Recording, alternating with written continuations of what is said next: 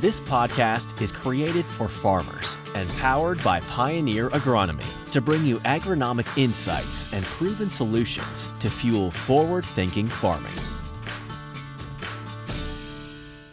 Hello and welcome to the Indiana Pioneer Agronomy podcast. I'm Brian Shrader, agronomist on the east side of the state, joined by Ben Jacob, agronomist from southern Indiana. Good morning, Ben. Good morning, Brian. Happy April. How are things in northern Indiana? I'm led to believe you guys are wetter than we are down south. We are wet, Ben. Last night, so last day of March, it started to rain. I would guess probably someplace just right around midnight, maybe a little bit before that, and it has really rained steadily all the way through. At my house located just north of Upland, Indiana, I've got 1.7 as we record the podcast this morning. We were not in bad shape. A few areas had some sprinkles and some different things last week off and on some places, especially as you got to the northern part of the territory. But we're probably done for a few days now. I've got a ditch at the back of my property. It's full this morning, running full. And so we'll be a few days now trying to get dried out. And I know there's forecast for more rain for most of us tomorrow as well. And temperatures look like they cooled down a little bit. So not great drying weather, it appears. Yeah, I think we're probably a day behind you, maybe 2 days. I think that rain, looks like what we're probably going to get tonight. And much to my surprise, Brian, because I'm a terrible fan, I'm going to say, like I did last week, that's okay because we got another week of Purdue basketball for the first time in my lifetime, and then some. Yeah, fair enough. Yep. No, I'm pleased. But I will be real honest. I haven't paid as much attention as a good Boilermaker fan probably should. So, we're missing Carl on this front. He's the guy that does all that. So hopefully when he's able to join us again, we can talk Boiler basketball, and who knows, maybe there'll be something really exciting to talk about at that point. Not that this is not exciting. But maybe there's something really big at the end of this. Yeah. Well, one can hope. That's right. There we go. That's what we'll do. Yep. So, Ben, last week on the podcast, we talked quite a bit, went really into detail on soybean planting populations. I thought maybe this week we would do the exact same thing with another topic that I don't want to say it gets phoned in. I don't think that's probably a fair assessment, but I don't know that we always give as much focus or importance to corn planting depth as it gets, or that it needs to get. Certainly in my part of the world, we talk about it when we have crusting issues and things like that. But I also know that you've done some pretty interesting research around planting depth, soil moisture level, and some things like that. And so today I thought we'd just, maybe no pun intended here, but dig in a little bit deeper on planting date and planting depth, and talk about that a little bit more, just so folks have a really good understanding of why agronomists like you and I tend to harp on this a little bit. And I know that I have the reputation of preferring to be planting a bit deeper than shallower, personally, and I think your research that you'll talk a little bit with us about today probably lends itself to the reasoning for that.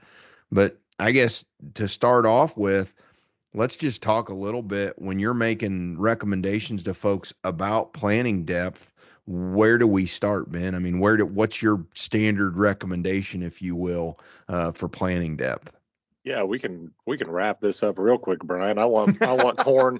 I want corn 2 inches into the ground, and I want beans and an inch and a half. And no, okay, yeah, and I'm the same way. I laugh. There's a lot of rules of thumb that work really well, and I am still a first knuckle guy. You know how our grandfathers and great for grandfathers probably all taught us to evaluate it, and so that's always been my guide. Are we at or a little bit further than that first knuckle, which for me does equate to that 2-inch depth. And the other thing that I get really nervous about, and I alluded to it, is these guys that want to shallow up depth. And that's a dangerous tendency, I think, that has come about here in the last many years of wanting to shallow up planting depth to try to outsmart the weather a little bit. And so I'm sure we'll get into that as well. But I guess maybe you talk a little bit about some of the research that you have done when you were on the research side, a couple studies that you did that talked about this idea around soil moisture and planting depth, and just kind of talk us through that, because I think it's fascinating. I think it's a good place to start to understand the importance of really dialing that planting depth in correctly. Yeah. Well, I mean, I think if we start out with what the conversation is like when we're discussing planting depth, or maybe what the thought process is, and in my mind, growing up and early on, probably in my research career, was, well, we need to be deep enough to get into moisture, right? But we don't want to be any deeper than that. And I think that's probably a bit of an antiquated way to think, but the study that you're referencing was really in support of some of the crop growth modeling efforts that we were doing. And what I was trying to look at was soil moisture as a gradient, and does it have an impact on thermal time, so the how much heat accumulation it takes for a seed to germinate, specifically corn, or emerge rather. So didn't find that out. Turns out, at least in this data set, that soil moisture was a yes or a no. But it was an interesting look at planting depth, because the way we were trying to manipulate soil moisture and the heat component was planting at 1, 2, and 3 inches deep, over a time series of almost 3 months. So the first thing that I think is interesting for this conversation is that the 2 and 3 inch planting depths had, across locations and across reps, had almost identical soil moisture. Um, and this, I should mention, this was in Indiana, Illinois, and Iowa, all. So, a wide range in soil types, organic matter, and drainage here. 2 and 3 inch, same soil moisture. If that drifts up to 1 inch, or even close to 1 inch, really less than an inch and a half, that soil moisture drops by half over a time series where these are out there for months. So to put that in context, is where I started this conversation, is if soil moisture is a yes or no, we either have enough for the seed to germinate and then emerge, or we don't have enough, which, in my opinion, I think evidence supports that that's the case. You either have adequate or inadequate soil moisture. Going deeper is going to keep you in that adequate soil moisture range. So I said 2 inches. I'm fine with 2.5 inches. I will throw out the caveat with this planting. Well, we're early in the planting depth conversation, that I don't think, if you've got a 24 row planter and you've got your 2x2 on there, I don't think that we can shove that much iron into the ground, especially if we're getting our fertilizer placed right, too deep to plant corn in most situations. I just don't think we can do it. So I had a well-known corn extension specialist in a meeting one time say that he didn't believe that a modern corn planter could physically plant a kernel of corn too deep for it to emerge. Now, obviously, that's minus crusting, but to your point, he didn't believe, between the ability of the planter to get in the ground and the ability of the corn plant to emerge, that we could get a corn kernel too deep to not get it up. yeah, and I tend to agree with that with equipment. So the other thing that I think we really need to keep in mind for corn specifically is that uniformity is very important to the success of that crop. Okay, so that begs the question that, if we go a certain depth to hit soil moisture, what's the appropriate depth to optimize uniformity? That might change throughout the year and across soil types, but I mean, I have my number. I have some thoughts around it, largely based off this research experience too. But I know, Ryan, with some of the tougher soils and some of the things you experience up there after rain, you might have a different thought process than I do on it. So, if you're trying to optimize uniformity in corn, what are we shooting for? In terms of depth, I would say that still you're that two inches, because I can't can't forecast crusting in terms of uniformity, Ben. And so I've got to try to do everything I can under my control. And so I don't want to shallow things up, because then I really do run into crusting issues. And so that 2-inch depth still, even for uniformity personally, I think is the right number for us locally, just because I can't forecast whether I'm going to have crusting or not when I actually put it in the ground. Yeah. So what I would say is, now this is a different conversation with the beans than it is with corn, but with corn specifically, the data set that I worked with and research and several other data sets show that as long as you have adequate soil moisture, planting depth is inconsequential on time to emergence. So if you are one of these guys that thinks, well, there's a heavy rain in the forecast, I'm going to shallow it up just a bit to make sure that it gets out of the ground quicker ahead of the emergence, that ahead of the crusting rather, that is not likely to be the case. The Right. time 1 inch, 2 inch, 3 inch, and all this data, some data out of Ohio State shows the same thing, that it is essentially the same amount of time to come out of the ground as long as you have adequate moisture. Now, what can change is, again, with going too shallow, you see bigger temperature fluctuations, right? Because the air temperature changes a ton throughout the day. The ground temperature is, in theory, more resilient. It doesn't swing as much throughout the day. So, you know, you could, in theory, have the opposite effect by shallowing something up. You could have, and for the way our weather patterns are with these cool nights and it dipping down cool, you could be accumulating less heat on that seed that you shallowed up to try and get out of the ground ahead of the crusting, and it could take longer to get out of the ground. So, um, most agronomic conversations, Brian, I start out with it depends. Um, Right. when it comes to planting depth for corn, I am 100% that let's be a solid 2 inches. Let's make sure that we're adjusting the planter to the conditions and the field that we're in to maintain that throughout the Yeah. season. And Yep. there's the crusting argument I don't buy into, because there's there's no research to support that it comes out any quicker. So let's just do it right and Right. not have that Right. excuse. So Yeah, well, and I think from experience, I would say that, and I unfortunately have dealt with a lot of crusting up here over the years. I've been in this area for a number of years. I was in northern Ohio. Crusting was an issue over there as well. So I've spent a lot of time over the years trying to pry corn plants out of the ground with a Craftsman screwdriver, because you'll break your pocket knife off if you try to do that. So I'm not, unfamiliar with crusting. With that said, I believe that the agronomic impact, the yield impact of planting too shallow and seeing floppy corn syndrome, which we can talk about here in a second, or seeds that start to germinate and then dry out because they are too shallow, all of those things, it's in my opinion, those yield impacts have been far greater than what we've had to deal with in most cases when crusting, even if we have to go back and replant, Ben, in those years where crusting is so severe that we know we can't get the stand up regardless of what we do. I would much rather take that agronomic situation than too shallow and deal with some of the issues that we run into that way.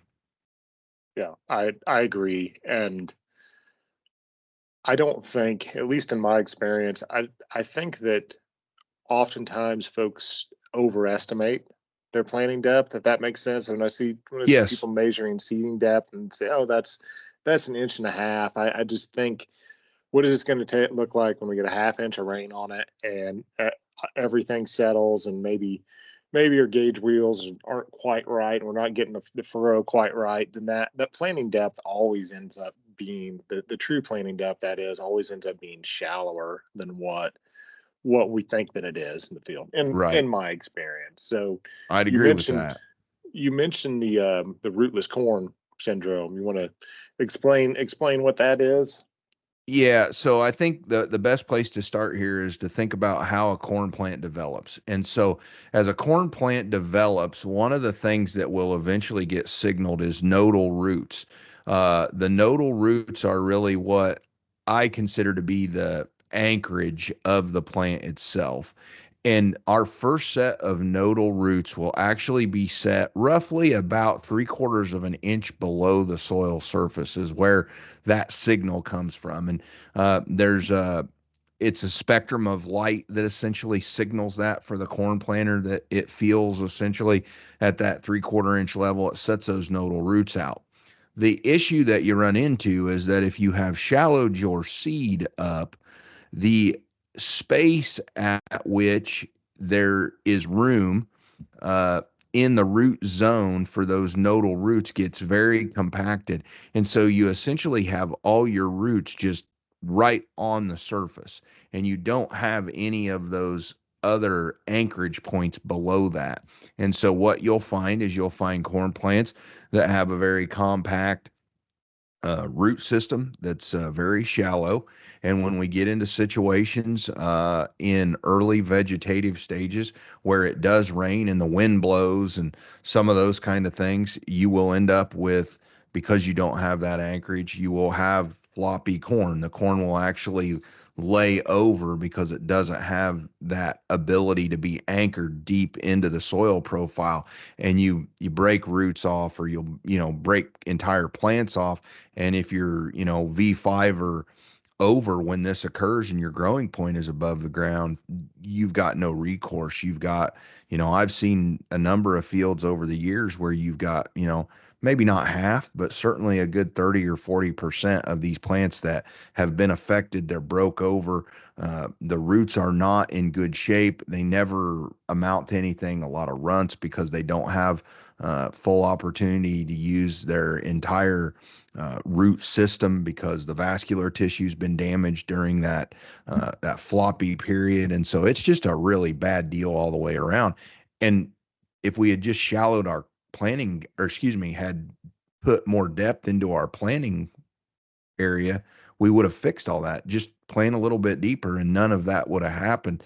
And as I say, that impact is far worse than what maybe a stand loss from having a handful of plants not get up because of crusting or something like that.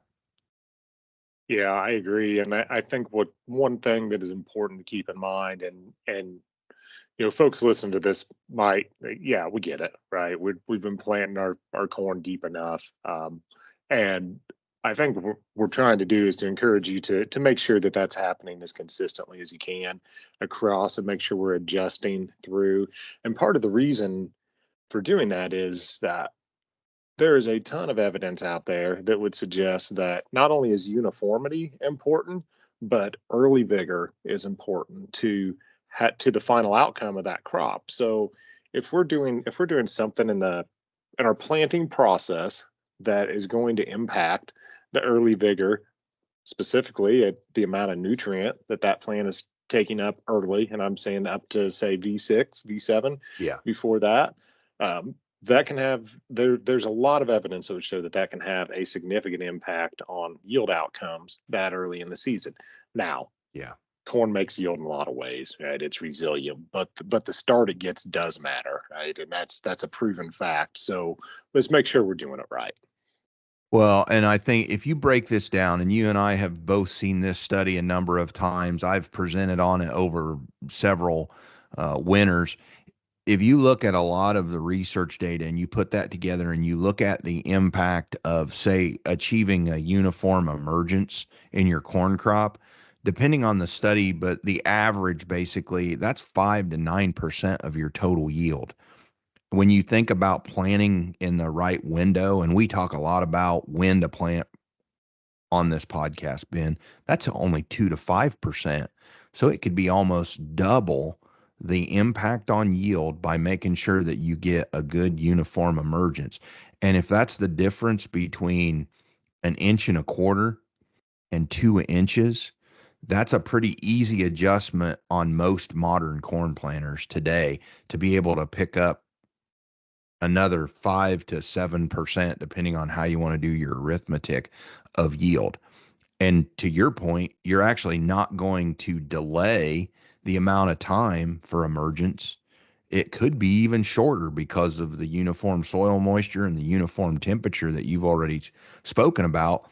I'm just not sure why I would want to take the chance on the other side, knowing that I'm not getting any benefit.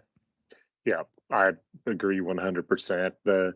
It'll be shorter, it'll be more uniform, and it'll be more complete. You will have more plants come out. I mean, I don't know, Brian, how much I don't know that I need to beat this anymore, but corn. Yeah, no, Just I don't disagree. I think the other thing I would mention to folks is that we like to throw out the number. I like to use 110 GDUs to emergence bin. I don't know where you are at. I know that that can be a range.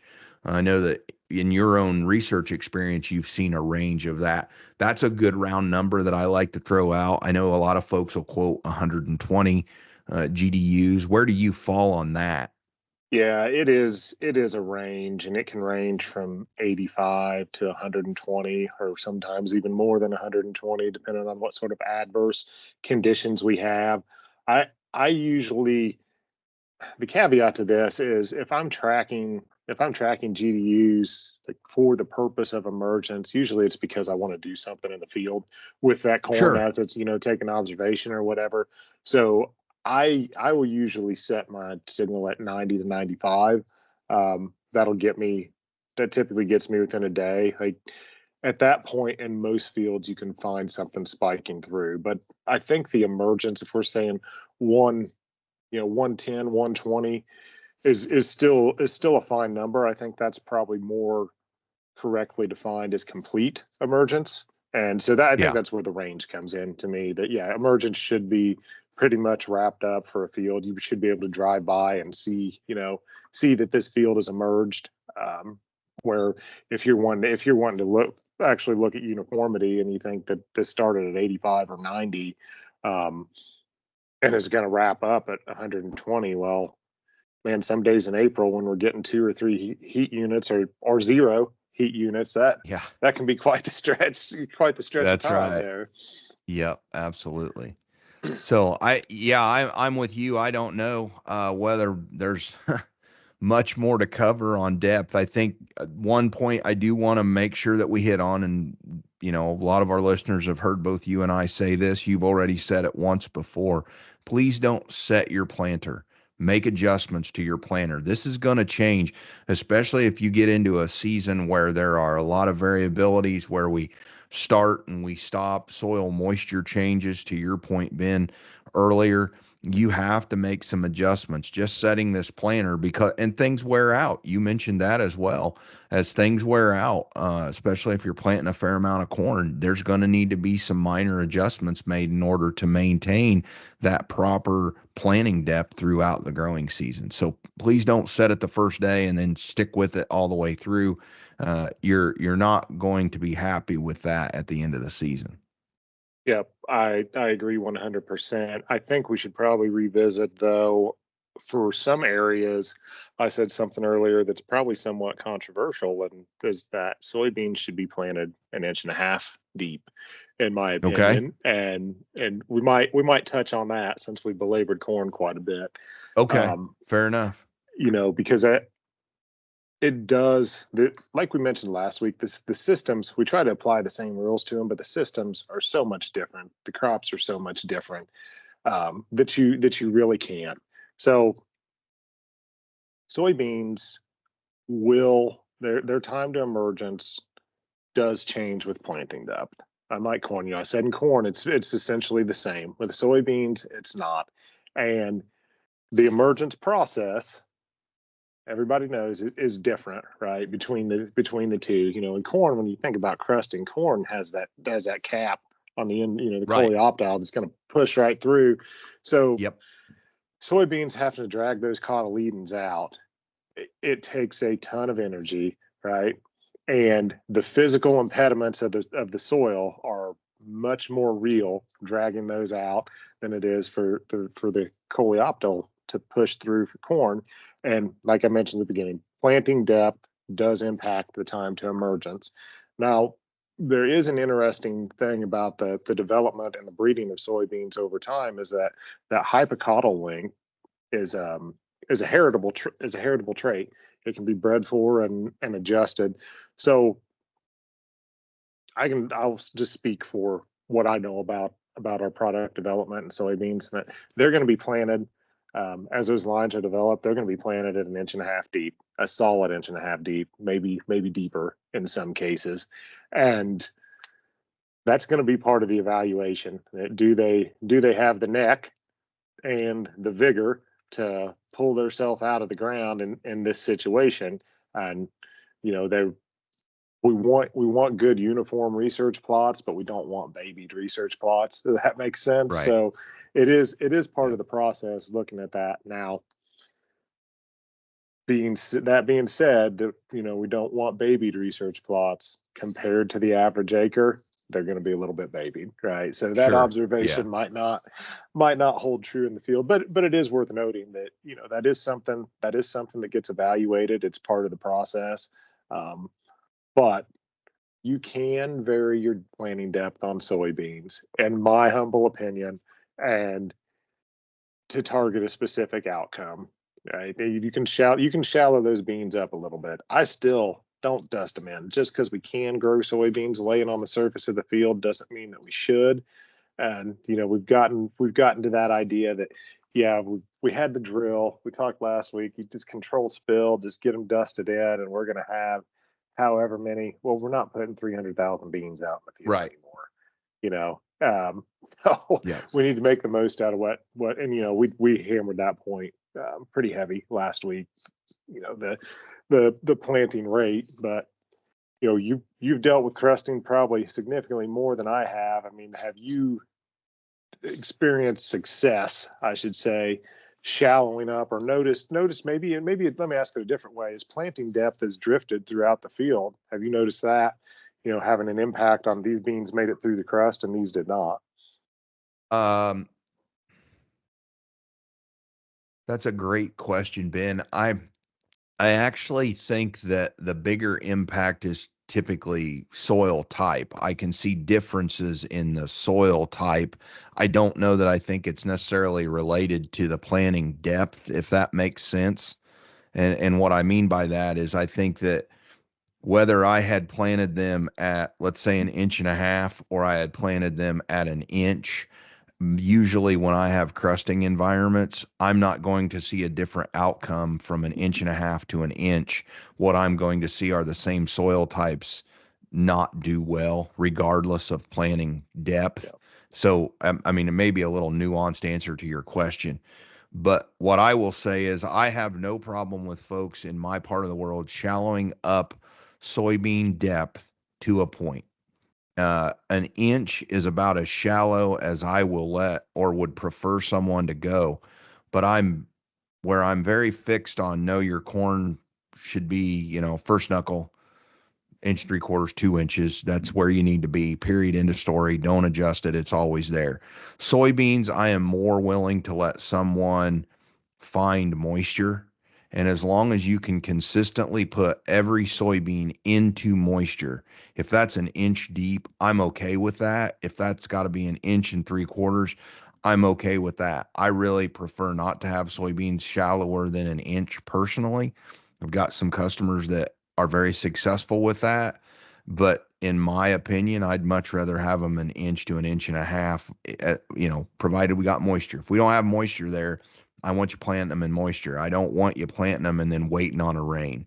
That always is a bad recipe. That just never works out for anybody.